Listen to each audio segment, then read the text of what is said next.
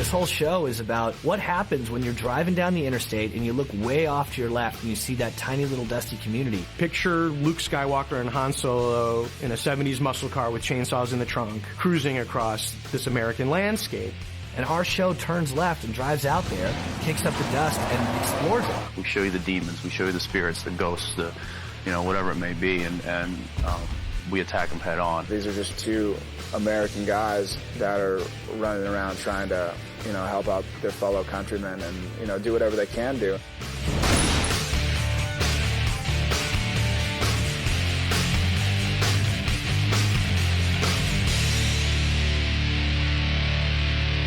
I've always been obsessed with urban legend and American folklore ever since I was a kid.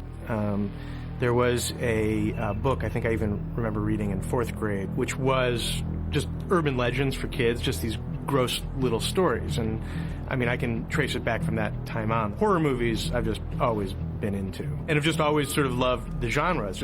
It's fun and it's scary and it's getting a visceral reaction out of people is, really enjoyable. And it's just something I've always gravitated towards. When it came time for that development season, and I sat down with the executives at Warner Brothers, and they said, what's the show that you've always wanted to do? And I said, I have this great idea. I said, I have it all worked out. It's a show about a reporter, and he travels from town to town, and he investigates the supernatural, and he writes them in these columns, and nobody believes him. Like, that's what I want to do. And they looked at me, and they kind of paused, and they said, yeah, no, nah. Like, we really like the idea of doing urban legends and American folklore, but nah, not into the reporter. What else you got? So I said, well, I did think that, one way to do this show would be to do it as Route 66 and put two guys in a classic car and cruise them from town to town, and just they get involved in these supernatural mysteries, and then they basically just drive in and out of a different horror movie every week. And the studio said, we love that, do that. We seemed to hit it off on the core idea of doing something supernatural that echoed the true scariness of the X-Files back in its day, and then got working on the idea itself, which really morphed from this kind of investigative reporter, and it became about two boys on the road and reconnecting their family together, and the kind of quintessential tour of faded Americana. I wanted McGee and Peter Johnson involved from the beginning because I wanted people that I could bounce ideas off of, people with great instincts, and McGee with just his attitude of making sure that it's fun and making sure like we're really hitting the emotional beats of that hero's journey. I was originally attracted to the project for two reasons. One, we'd been chasing around Eric Kripke for a long time, and I really responded to his voice. Two, I'm very inspired by what's happening at the movie theaters week in, week out, with scary films really having a lot of resonance with today's audiences. So we started talking about a few ideas, and Eric became very passionate about supernatural, and just the notion of everything he'd done in his career was leading him to this very point, to tell these stories, these American road stories, this Star Wars and Truck Stop America, he likes to say. I'm a fan of this genre because I'm the guy at the movie theater every week, and Eric really understands the genre. He intimately understands what scary is and what compelling storytelling is, and he also understands character. So that, with his passion for the project, just got me excited. One thing I learned from Dad, no matter what kind of shapeshifter it is, there's one sure way to kill it. Silver bullet to the heart. I think our biggest challenge is to make these stories relatable to the people, that the characters are grounded in a reality, that you believe as an audience what you're seeing, that this could happen. So we kind of try to subtly create an atmosphere that we don't think you've seen on television before. What Eric had in the core idea that was really truly special and different, a couple things. One, he has this fascination with the real-life American folklore and mythology that's specific to this country, and that isn't into the kind of science fiction zone of aliens, and that's very like real and grounded and based on urban legends and myths and ghost stories that are passed around campfires. And the second thing was telling these kinds of stories through the lens of two brothers on the road taking the quintessential American road trip, trying to reconnect and put their family back together. The first thing we set out to really make this feel like a horror movie. People ask me all the time, well, were you inspired by X-Files, or were you inspired by Buffy, or what TV show, inspired you? And I said, I gotta tell you, we were inspired by features. We weren't inspired by other television shows. Movies like Poltergeist and American Werewolf in London and Evil Dead. Those were the kind of movies that I really gravitated towards. And those are movies that are scary as hell, but they're funny too. And they have sort of like a sense of playfulness to them. And that's what always sort of attracted me, and that's what we strove hard to bring to the series of Supernatural. You did. Oh, I did. We took our scares seriously, but we didn't take ourselves seriously. So, fake U.S. Marshal, fake credit cards. You got anything that's real? My boobs. Creating Supernatural, the pilot, was a very difficult birthing process. There was a whole other version of the Supernatural script. The woman in white was not in it.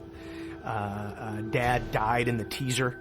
I mean, I worked so hard on that script, and it was just a mess. And so it didn't work. And once you sort of said, well, actually, what if Dad's still alive? And what if the boys grew up with Dad as demon hunters? What if they grew up in this sort of fractured family? And to me, that's what made the show work. And it made it sort of, it gave me the ability to, like, have fun with it and have funny lines and have kind of a breezier tone. And so, no, that first script was useless. And the thing that really pushed us over the top was when David Nutter read it and said, I liked it. It was a breakfast that Eric and I had with David Nutter, and there was this moment where he kind of winked at us and said, I'm in, let's do this. And that was 11 a.m., and we were greenlit to pilot by, I think, 3 p.m. that day. So I'd like to take credit, but let's be real. It was David Nutter saying, I'm going to direct this pilot, the winningest pilot director in television history, that pushed us over the top. Easy, Tiger. Dean? Well, the idea is to make the show feel like a movie every single week. And we wanted to put that in motion immediately with David Nutter doing the pilot because he makes movies. I don't care if it's ultimately being seen on a television screen. You're watching a fundamentally cinematic experience, a fundamentally filmic experience. And Nutter established that tone right out of the gate, and we do everything we can to get that done on a week-in, week-out basis. Well, I think the heightened drama between the characters as well as the accentuated atmospheres that we are able to create and the moods and tones we're able to kind of create in a show like this, and I think they can really provide wonderful scares as well as attitudes and tones that I think can be very exciting. Once David came on, he approached it and really wanted to do this project because it was grounded in the relationship between the brothers. To me, the core of the show has always been family. And when you ground it and you believe it as those two guys, that's what makes everything work. And their chemistry is the reason we're on the air. And action! Easy, Tiger. Dean? You scared the crap out of me. It's because you're out of practice. When there's only two leads in the show, both of those guys have to be home runs or else you're dead. So the pressure was really on to cast those two guys. And we saw everybody, and we had weeks and weeks of casting, and we weren't, finding who we were looking for. I remember when I first read the project and got involved in it, I was actually going to go out for Sam, the younger brother, not knowing. I don't think they had the older brother and anybody in mind for that. I know that they were thinking about Jared, and they wanted to bring me in and read kind of against Jared as opposed to with Jared. But Jared came in, and he was just so likable and soulful. And immediately you just saw things from his eyes and his point of view. When I read the script, I was really into the mythology of it, and I was really into the two characters, Sam especially, and I basically said, I'd love to be a part of this. If y'all will have me, I'd love to work my butt off for y'all guys and help tell the story of this character. After, Jared walked out of the room, we talked about it, and we said, geez, it's like Jared, if Jared was Sam, who, and Sam is supposed to be Luke Skywalker, so you sort of need an innocence, we're going to tap all of Jensen's charisma and put it into Dean. And we called Jensen and his representatives, and we said, there's Luke Skywalker, but you could also be Han Solo. And who as a kid, didn't want to be Han Solo. And he was cool and immediately saw the opportunity there. And so then we sort of lucked into having the both of them. And David, I remember I was with David Nutter, Peter Johnson, and we all turned to each other and we said, we have a series. We're going to get picked up. People either have chemistry together or they don't. You can't fabricate it. You can't cheat that. And, these two guys together just have it. And it's a delight when you see it sort of explode in front of you, and you'd be a fool not to take advantage of that. What were you thinking, shooting Casper in the face, you freak? Hey, saved your ass. To me, I learned very quickly that Jensen and Jared, first of all, they're very good friends. And that's where the chemistry comes from. But they're also kind of unique. If they were dogs, Jensen would be Rin Tin Tin, and Jared would be Pluto. And they just genuinely like each other. Well, that comes off on the screen. Oh, I take everything back I said. I'm so happy to see you. I love the emotional drama between these brothers. That's what I find interesting. It's not the fact that they're hunting down demons. I mean, that's fun. Even if we do find the thing that killed her, Mom's gone. And she isn't coming back.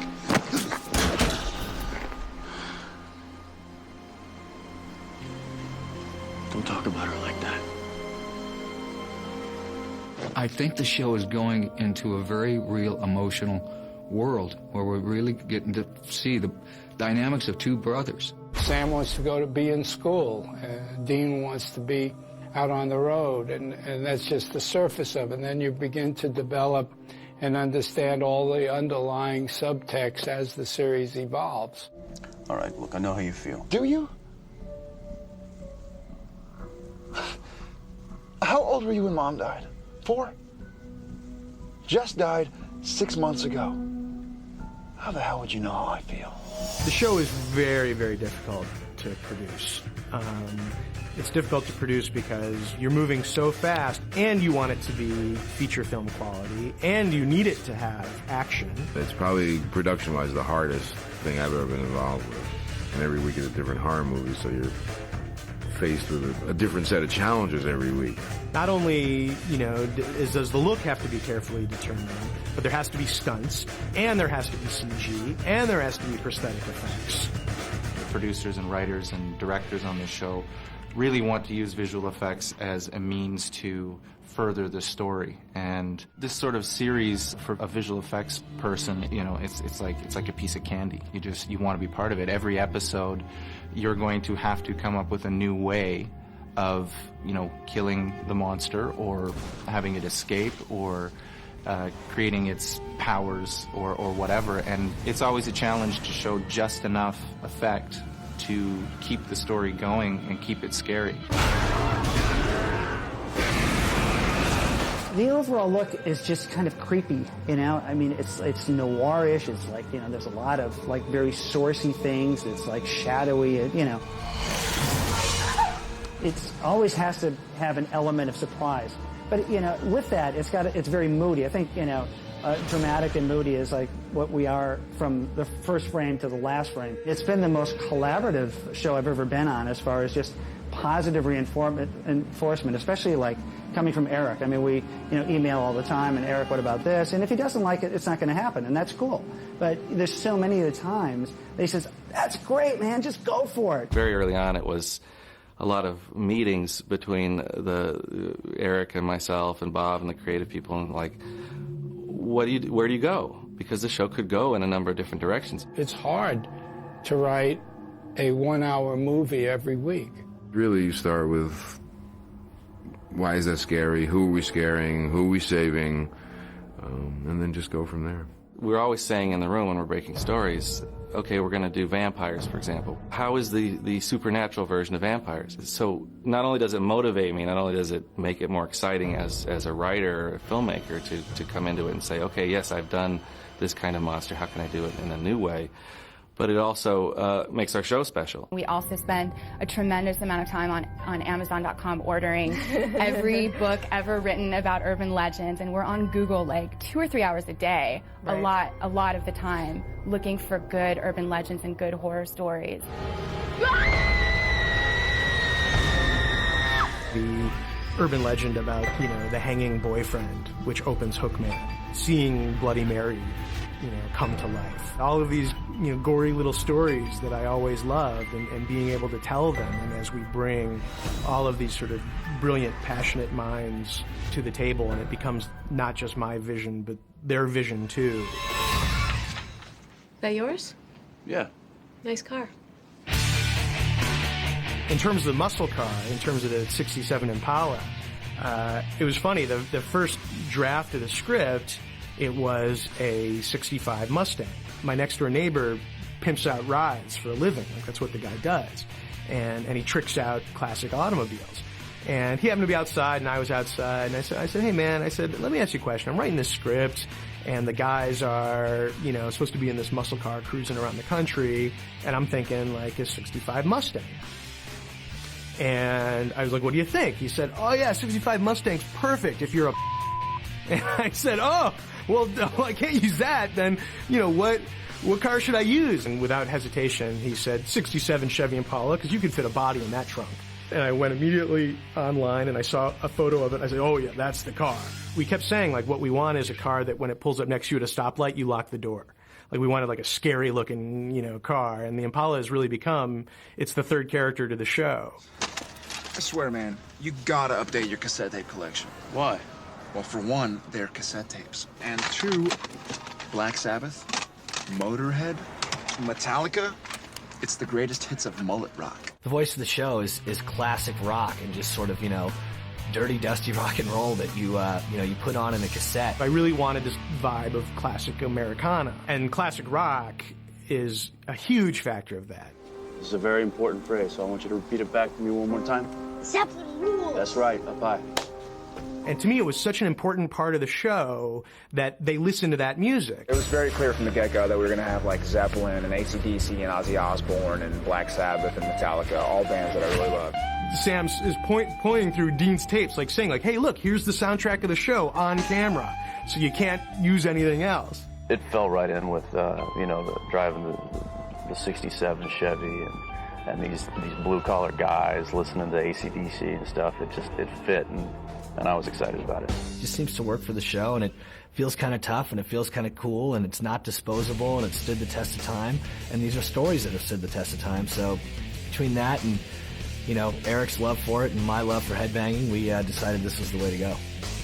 Hi, my name's John Bonham. Isn't that the drummer for Led Zeppelin? Wow. Good. Classic rock fan. We think it has something for everybody. We put a lot of humor into the shows. We have mini love stories. People will sample it. They see that it's not just kind of it's certainly not a slasher movie every week. It really is rooted also in some real superstitions, and also it's very spiritual in a way. What'd you find out? Everyone Roy's healed 6 people over the past year, and I cross-checked them with the local obits. Every time someone was healed, someone else died. And each time the victim died of the same symptom LaGrange was healing at the time. You take what Sarah and Rael did with the episode Faith, and like a level of exploration into ethical issues and sort of a moral investigation. And they're, trying to have deep, thoughtful, commentary. And I never would have thought that I would be involved with such a classy episode of TV. Faith, I think, was probably the least horror movie that we did. I thought it was about something. I thought there were real issues in that show that we explored within the context of our show, and it didn't feel preachy in any way. Why do you deserve to live more than my daughter? This was an episode that we conceived and we were really excited about. And also, as we were sort of breaking the story, we became deeply concerned. Like, they're never going to let us, tell this story about a preacher's wife who's, evil and killing people that are, homosexual and, abortion rights activists. And we thought, oh God, they're gonna throw the book at us with this one. And nobody questioned it. I mean, they really gave us so much creative space. I don't think we want to experiment too much and go too far afield from what the show is, which is a good little horror movie every week, that has an ongoing story with the brothers and brings a certain amount of, emotion and relatable heart to it. You have to base your episode in a real human emotion. We're finding our feet in that direction. I did an episode called Shadow where they see their father for the first time, and we really ground that in emotion. Then it's real, and you can make this real for an audience. I got to be a part of this fight. I mean, this fight is just starting, and we are all going to have a part to play. For now, you got to trust me, son. The whole genre, not only horror, but there's such interest in psychological phenomena. So I think it touches on a lot of areas that people will find stimulating. We have not run out of urban legends yet, and we have not run out of scary creatures, and we have a long list of demons to go through, so. And there's also, you know, Sam and Dean also have a really colorful past. I mean, I think there's stuff to be taken from their friends, from their father's friends. I mean, there's a whole network of people that they're connected to that we haven't even begun to look at yet. Every person they mention, we intend to bring them to life and probably murder them. Just like Star Wars, I can't wait to see, you know, what other characters and what other things and areas of their world kind of start to color the series. We explore the father and the mother and going back home to Kansas, and then the girlfriend coming back and new relationships with new girls. Along the way, Sam and Dean have encountered a lot of surprises, like the fact that Sam has developed these strange abilities and they don't really understand what that means yet. And they're also encountering other people who seem to be connected to this demon that they're looking for. So what we're hoping is that we get a little deeper into the mystery. But, you know, we can't really give away the information because, like, Eric will torture us. Keep people guessing. We have twists and turns. You know, our game plan has always been we have the mythology for season 1 mapped out. We have actually mythology right now we've kind of mapped out all the way through the end of season 3, where we know the big story points that we want to hit. We establish the architecture of the seasons. Then we get in and we talk about episode to episode and the storylines that we want to explore. Season 1 exceeded my expectations. I think the show has grown and evolved in ways that I didn't count on. I wanted to come into this just to scare the hell out of people, but I kind of came out the other side having these two characters who I'm as proud of as anything I've created, and sort of, along with everybody else, kind of can't wait to see what happens next. You wake me up when it's my turn to drive.